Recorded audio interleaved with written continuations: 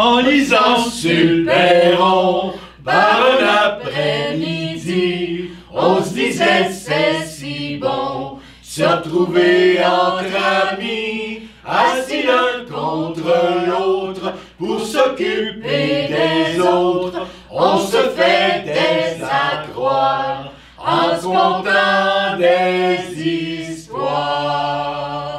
Pour amorcer le thème café, resto, bistrot, nous commençons avec un texte de Camille Andrea, un roman qui s'appelle Le sourire contagieux des croissants au beurre. On va rencontrer un homme riche à New York qui va s'acheter un café dans une de ces petites roulottes installées sur le bord de rue. $1 million! $1 million! $1 million pour un simple gobelet de café! Tu m'as l'air d'un homme intelligent. Tu paierais pas autant pour un simple gobelet de café, pas vrai? Par contre, pour le café qui va changer ta vie. Là, je regarde de tous les côtés à la recherche d'une caméra dissimulée dans une camionnette de plombier à verre fumé. Je m'attends à ce qu'une équipe de cinéastes québécois surgisse à un moment ou l'autre, le sourire aux lèvres, en me pointant d'un doigt moqueur, en me disant que j'ai été filmé pour ce programme de télévision à la mode, surprise, surprise, dont je serais devenu à mon insu la vedette. Mais bon, c'est pour quelle chaîne? Mais la dame reste impassible. On se dévisage, l'un l'autre, comme deux cow-boys en duel qui se jaugeraient prêts à dégainer. Mais quelques secondes plus tard, il n'y a aucune équipe qui est apparue. Alors je décide de dégainer le premier. OK, vous êtes sérieuse. Très bien. Vous êtes quoi? Une sorte de diseuse de bonne aventure? Vous lisez l'avenir dans les capsules Nespresso, peut-être? Je te l'ai dit, je suis juste la femme qui t'offre le café qui va changer ta vie. Et pour $1 million? $1 million, $1 million! Toxez mon en bouche! Si tu marchais dans le désert depuis des jours, assoiffé, sans repère, ne donnerais-tu pas toute ta fortune pour quelques gouttes d'eau? Un désert! Mais il fait 3 degrés et nous sommes en plein cœur de Manhattan. Voilà ce que disent tes yeux. Et ton cœur, lui, sait bien que ta vie est un vrai désert. Or, tu en conviendras, dans le désert, l'argent ne sert à rien. Hein? Déleste-toi donc de ce poids inutile qui écrase tes pauvres épaules et qui ralentit ton avancée dans la vie. Et recommence à courir. Vous voulez que je me déleste de ce poids inutile, mais dans votre compte de banque, c'est ça? J'en ai pas besoin. Qui te dit que je suis pas millionnaire, multimillionnaire, et que je vends pas ce café dans la rue parce que je pense que c'est le meilleur café du monde et que j'aime rendre les gens heureux. Alors, je vous retourne la question, madame. Qui vous a dit que je peux me payer un café à ce prix-là? Parce que t'as l'arrogance des gens riches. Hein? Tes yeux ont l'expression de ces gens qui ne croient qu'en eux-mêmes. Non, vous voyez, vous aussi, vous vous fiez à ce que voient vos yeux. Ah, si c'était le cas, je te parlerais de ton costume Dolce Gabbana à 1000 $. Tu sais à quoi on reconnaît les gens heureux? Ah, sûrement pas au nombre de zéros qui s'étalent sur leur feuille de paye. On reconnaît les gens heureux à ces petites rides là, au coin des yeux. Voilà la plus grande richesse. Et toi, où sont les tiennes? Botox. Moi malheureux. Comment pourrais-je être malheureux? Mes croissants finissent dans la bouche des plus belles femmes du monde. Je me suis trompée. T'avais pas un désert. Car même un désert est plus rempli que ta vie. Il est plein de sable. Ta vie est un désert sans sable. Tiens, Seigneur, Prends-les, bois ça! Ça va te faire du bien. Je vous préviens, je ne paierai pas pour un million de dollars pour un café de thermos. Nous en reparlerons. Merveilleux. Merveilleux. J'ai jamais bu un café aussi savoureux. Je suis pourtant un habitué des meilleurs restaurants et des salons de la plus grande ville des États-Unis. Merveilleux. Mais dites-moi, mais qu'est-ce que c'est que ce café? Du café. Mais chez qui vous fournissez-vous? Qu'est-ce que vous mettez dedans? De la drogue? Non, des grains de café. Et un peu de rêve. Un peu de rêve, c'est un mot poétique, hein, n'est-ce pas? Des grains de café et un peu de rêve. Tout est naturel. Rien à ajouter au goût du bonheur. Vous n'avez pas répondu à ma question. Chez qui vous fournissez-vous? Et toi, t'as pas répondu à la mienne? Es-tu heureux? Ne manque-t-il donc rien dans ta vie? Nous nous retrouvons maintenant dans le roman Derrière la porte du Café des Chats de l'autrice Anna Solium. En fait, dans ce roman, on va retrouver l'histoire d'une jeune femme qui s'appelle Nagar, qui est à Barcelone et qui connaît le japonais. Et cette jeune fille se cherche un emploi. On la retrouve avec son amie Lucia au début de l'extrait, où elle est au resto et Lucia va lui proposer un emploi, car c'est ce qu'elle recherche. Et 2 oranges pressées, puis 2 cafés, puis on se partagera aussi un sandwich comme ça. Hé, doucement, là, j'ai juste un peu d'argent sur moi. Ça fait un bail qu'on s'est pas vu, puis je t'informe que je suis pas mal assise. Je le sais, Andouille. Amanda m'a expliqué que tu cherchais du boulot sans trop de succès. Ben, pas de souci, c'est moi qui invite. Et puis, on a un truc à fêter. Tes problèmes financiers sont sur le point de se régler. Ah oui? Absolument. Et c'est pour ça que je voulais te voir.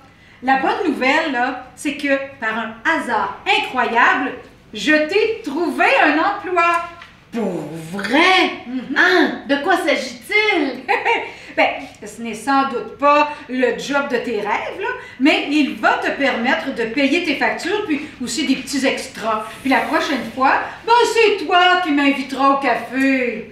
Mais comment sais-tu qu'on me le donnera? J'imagine que je devrais passer un entretien et là, en tout cas, je dois avoir une tête de loser, mais que j'ai juste eu des refus ces derniers temps. Ouais, mais pas cette fois-ci. Tu devras seulement faire la connaissance de la patronne. Hein? Comment peux-tu le savoir? Ah, elle, c'est un cœur d'or. Le fait que tu n'aies pas trouvé de boulot jusqu'à maintenant n'a rien à voir avec ton âge, mon ange. Le problème est peut-être que tu ne sais pas ce que tu veux. Et ça saute aux yeux des personnes qui doivent décider si tu es la bonne candidate pour le job. Alors, mais je t'ai trouvé la solution idéale.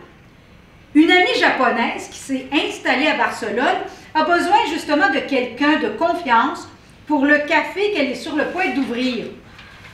Elle peut d'emblée te payer 1 000 € par mois avec la sécurité sociale, là, puis les congés payés et tout. Ben, j'ai aucune expérience de serveuse. Mais c'est pas du tout, là, c'est pas grave. C'est le genre d'endroit où les clients restent 1 heure avec un café et je crois qu'on ne tient pas non plus que 15 personnes dans ce café. Yumi, mon amie japonaise, a besoin de quelqu'un qui parle bien anglais comme toi, car c'est la seule langue qu'elle connaît, et elle parle le japonais, hein, bien sûr. Oui, effectivement, ça m'a pas l'air si terrible. Il se trouve où ce café et t'as une idée des horaires? Ah, c'est à 10 minutes d'ici. Tu travaillerais de 14 à 20 heures, ben, le samedi compris. Elle t'attend d'ailleurs cet après-midi car elle voudrait ouvrir le café lundi prochain. Oh, et si tu lui plais, Yumi te proposera 1 mois d'essai, puis un contrat à durée indéterminée dans un second temps. Je sais que ta mission dans la vie n'est pas de servir du thé puis des petits gâteaux, là, mais ça devrait faire l'affaire en attendant que tu trouves quelque chose qui te convienne mieux. Mais il y a juste un conseil là, que je veux te donner. Contrôle ton mauvais caractère si tu ne veux pas revenir à la case départ. Pourquoi tu me dis ça? Tu sais que je suis une fille. Fais pas, là, enfin, presque toujours. Y a-t-il un truc qui m'échappe? Bon, eh bien, disons qu'il y a un petit détail dont je ne t'ai pas encore parlé. Quel genre de détail, là? C'est un bar à chat. Oh, tchou! Nagar, qui n'aimait pas les chats parce qu'elle en était allergique, est quand même allée travailler au café en question. Et on va la retrouver quelques jours après le début. À ce moment-là, Nagar parlait avec deux collégiennes qui voulaient jouer avec le chat Cappuccino, qui à ce moment-là n'avait pas le moindre intérêt pour les humains, tout absorbé qu'il était à se disputer avec Licor, la place à côté de Chan. Quand l'homme en noir qui était déjà venu, celui avec les yeux bleus, avait réapparu. Il avait cette fois un livre à la main et un bloc-notes qu'il posa sur la même table que la veille. Nagar l'observa de loin un moment. Pour l'instant, aucun chat ne venait vers lui, mais cela n'avait pas l'air de le gêner. Lorsqu'elle s'approcha pour lui proposer un de ses cafés crème, il leva légèrement la main et dit « J'ai déjà bu trop de café aujourd'hui, mais si vous avez du thé, un thé vert peut-être. » Nous avons un excellent thé japonais. Vous voulez le goûter? Oui, parfait. Ah, nous n'avons pas de biscuits à thé, mais je peux vous proposer un délicieux gâteau à la carotte. Est-ce que ça vous tente? Merci, mais je suis pas très sucré.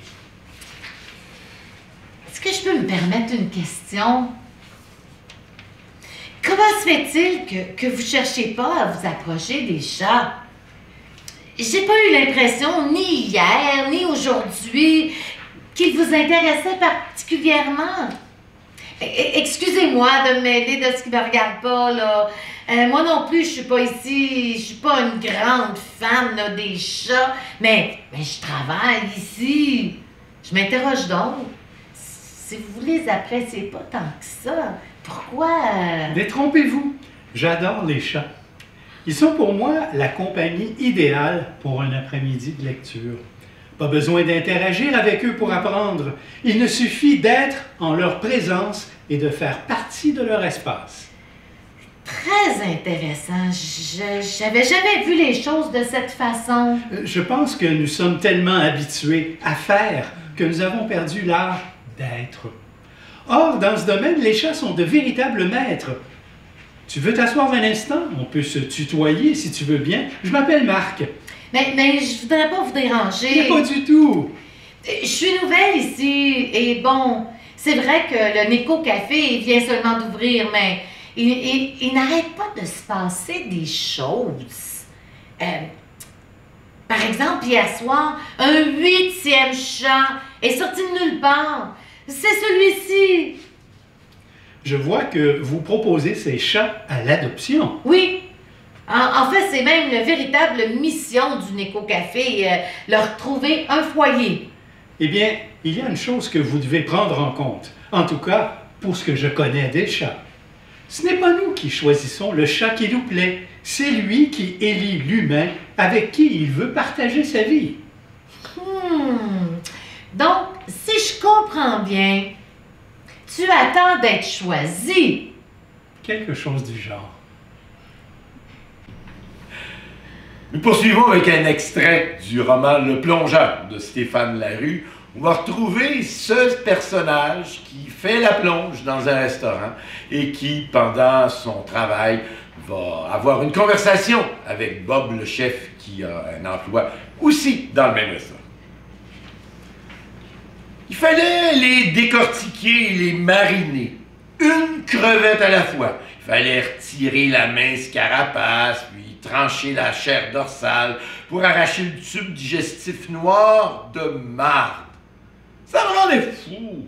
Mes doigts étaient tout collés des viscères et je m'en mettais un peu partout, peu importe le nombre de fois que je m'essuyais sur mon tablier. Juste quand j'allais jeter les carapaces aux poubelles, Bob, qui venait de descendre, m'a intercepté. Avec la face d'un gars qui envoie un autre balancer des diamants bruts dans un égout. Dude, jette pas ça! Avec quoi tu penses qu'on va faire le caramel aux fruits de mer? Ben oui, bonne question. En fait, je devais conserver les retailles de presque tout. Les trognons de légumes servaient de base pour les bouillons, les rognures de poivron pesto ou au coulis. Bon.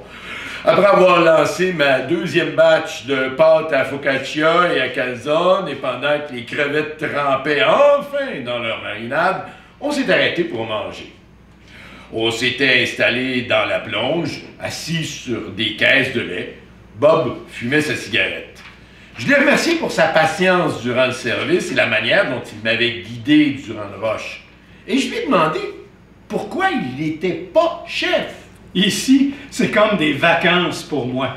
Avant de me ramasser ici, je travaillais dans un club privé avec un chef facho qui garochait nos plats à la plonge en plein jus si l'exécution lui plaisait pas. Et fucking rien lui plaisait. Avant ça, il avait été entremétier dans un restaurant où la mise en place de jour était tellement massive qu'il n'en dormait pas. Hey, tu faisais de l'insomnie, genre? Oui, mais le pire, c'était pas ça. J'avais des crises d'eczéma jusque d'en face. Mes partners étaient tellement stressés qu'ils se faisaient dégueuler avant le service. Moi, j'étais pas capable de manger autre chose que des pommes. Tout le reste, ça passait pas. Je passais 5 sacs de Granny Smith par semaine. Anyway, qu'est-ce que t'aurais voulu que je mange? On travaillait 16 heures en ligne, pas de break, juste un petit 2 minutes pour prendre 2 puffs de smoke. Il y avait toujours de quoi à faire. Clarifier les bouillons, avancer ta mise en place pour le reste de la semaine. Puis on se faisait rentrer dedans tous les maudits soirs. Pas de place pour l'erreur. Les clients payaient leur steak 45$, puis ils se commandaient des plateaux de fruits de mer à 400$. C'était n'importe quoi. Mais quel restaurant c'était, ça? Un gros resto, dude. Un spot strass et paillettes, genre Bono est déjà venu manger au bar. Sérieux?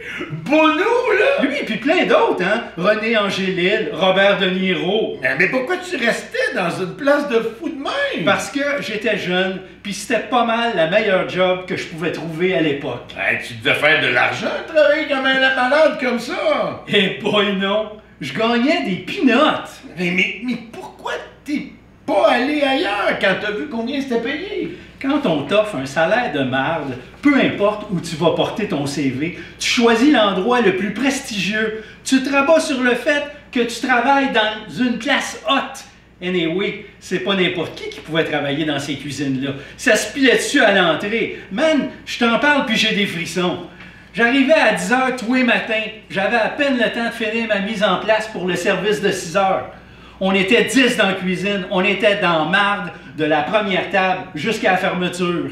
Ensuite, pour décompresser, on se garochait au bar et on buvait comme des trous. 4h du mat, dodo. 9h, tu te lèves puis tu retournes à la job en courant. Horaire de débile mental. Mais tu sais, il y a Bono qui vient manger au bar. Fait que tu te dis, moi aussi, j'y touche un peu à la gloire. En fin de compte, c'est ça ton salaire. Le standing de la place. Puis, comment ça s'est fini? J'ai tombé dans la poudre. À force d'être lendemain de veille, il n'y avait rien comme une coupe de trac pour te remettre drette pour le service. Puis pour te permettre de continuer à boire après ton chef. Ensuite, j'ai perdu ma blonde, 32 livres, puis ben des chums. À un moment donné, j'ai craché puis j'ai tout lâché pendant 2 ans. Maintenant, je travaille selon mes conditions, avec du monde que je respecte puis qui me respecte. Ça fait 10 ans que je connais Séverine, c'est une amie, c'est pour ça que je suis ici. Nous vous présentons un extrait du roman « Tant que le café est encore chaud » de l'autrice japonaise Toshikazu Kawaguchi. Dans ce roman, on retrouve Fumiko, une jeune femme qui est allée dans le café en question la semaine précédente.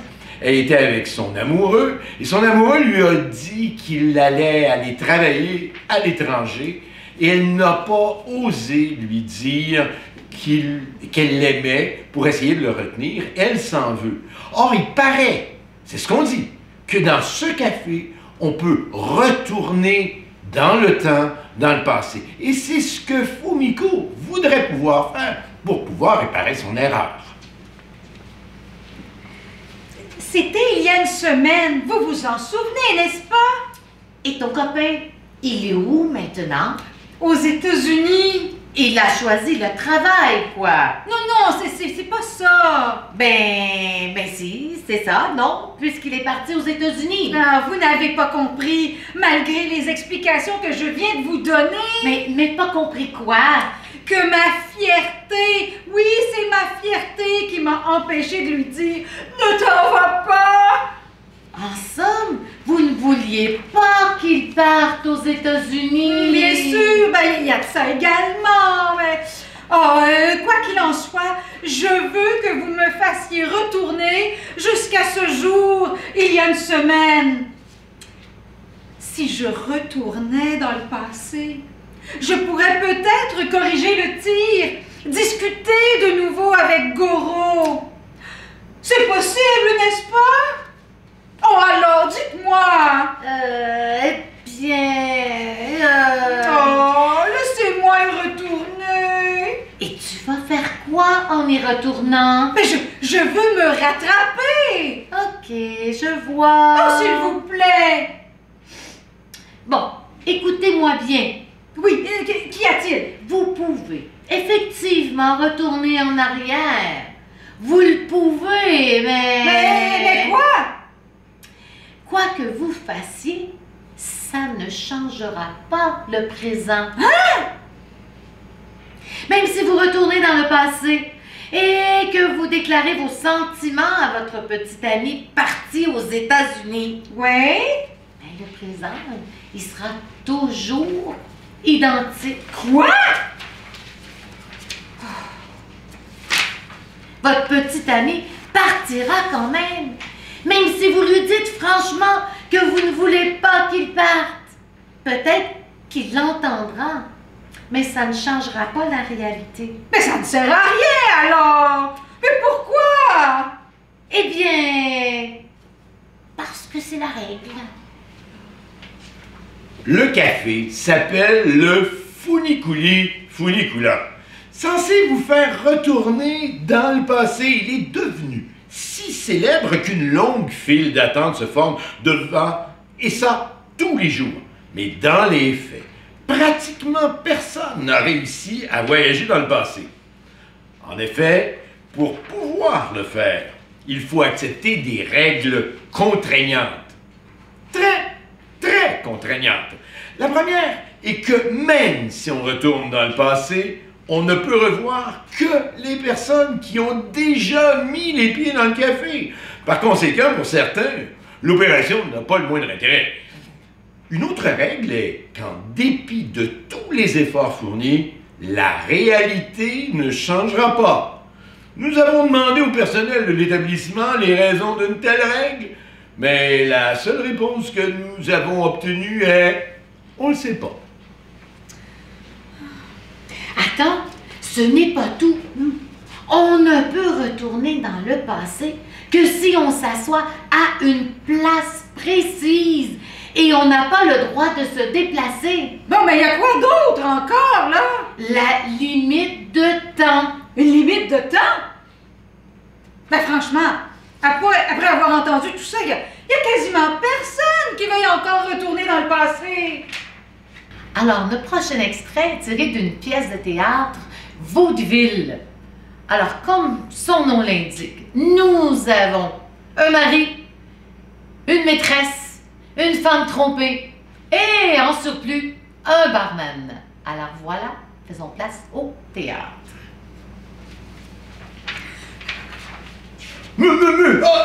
Enfin, cesse d'être nerveuse comme ça, il n'y a rien à craindre. On ne sait jamais, ta femme pourrait très bien arriver et nous surprendre. Mais non, puisque je te dis qu'elle est partie chez sa sœur pour le week-end. Oui, mais c'est toujours dans ces cas-là qu'il y a un empêchement de dernière minute. Tiens, une grève, par exemple. Et finalement, elle ne part pas et elle débarque à l'improviste et c'est le drame. Mais tu as trop regardé de théâtre quand tu étais jeune, toi.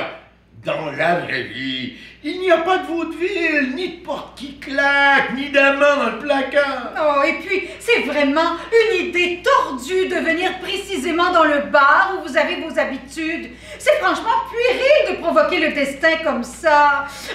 Tu veux pas qu'on aille ailleurs? Non mais dis donc, t'as lu tout fait d'eau, toi, hein?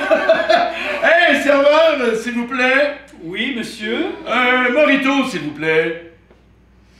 Et pour madame? Pareil.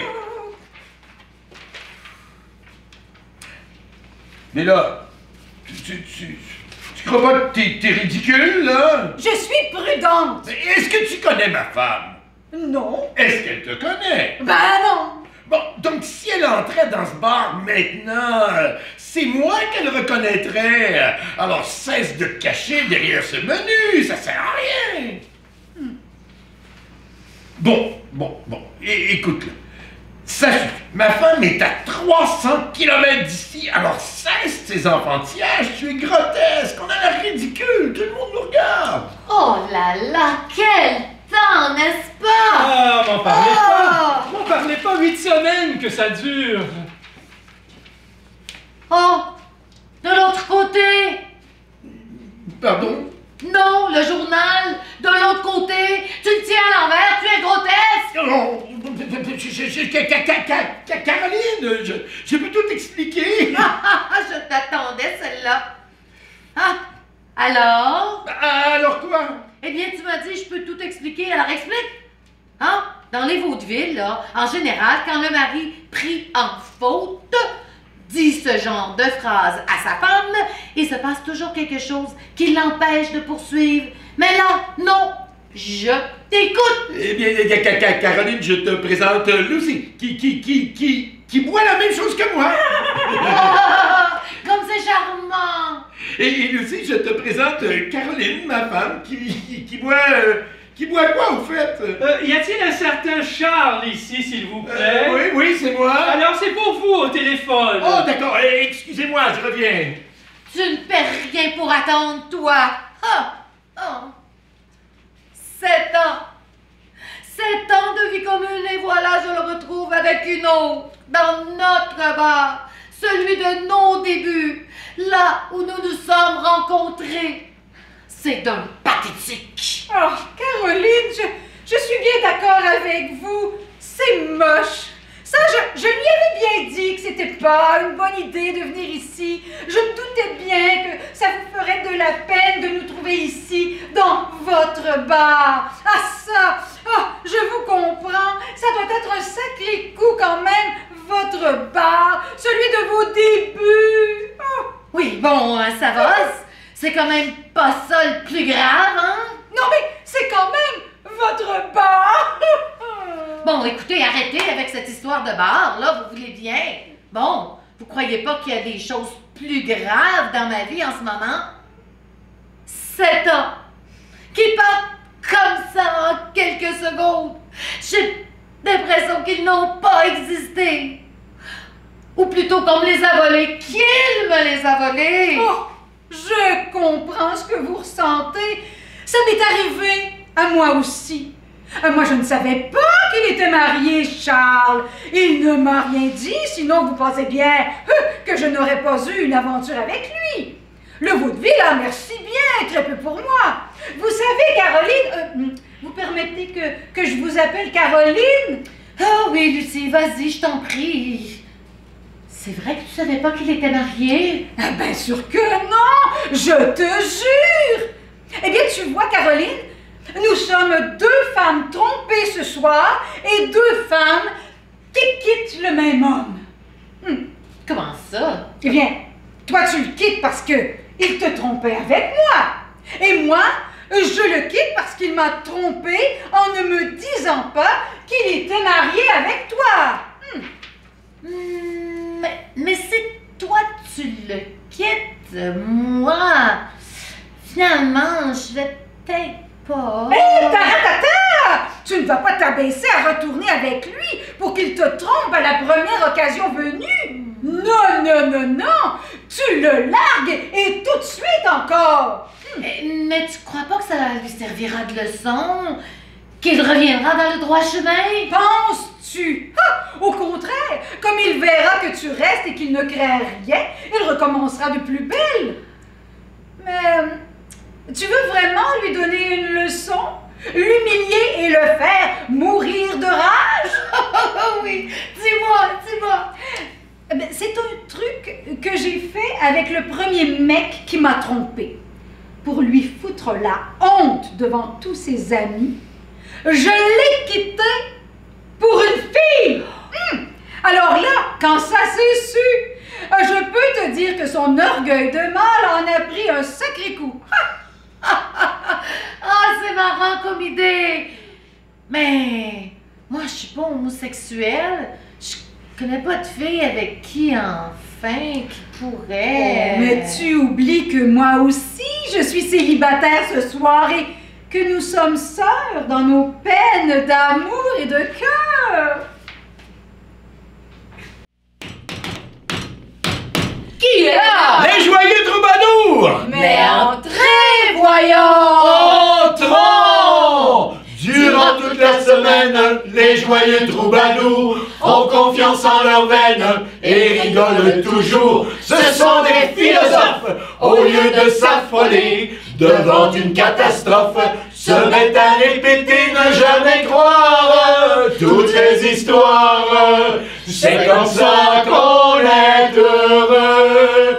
Faire un sourire quand tout chavire, c'est comme ça qu'on est heureux. Aimer la vie et ses folies, c'est comme ça qu'on est heureux. Et trouver le ciel bleu quand il tonne et quand il pleut, c'est comme ça qu'on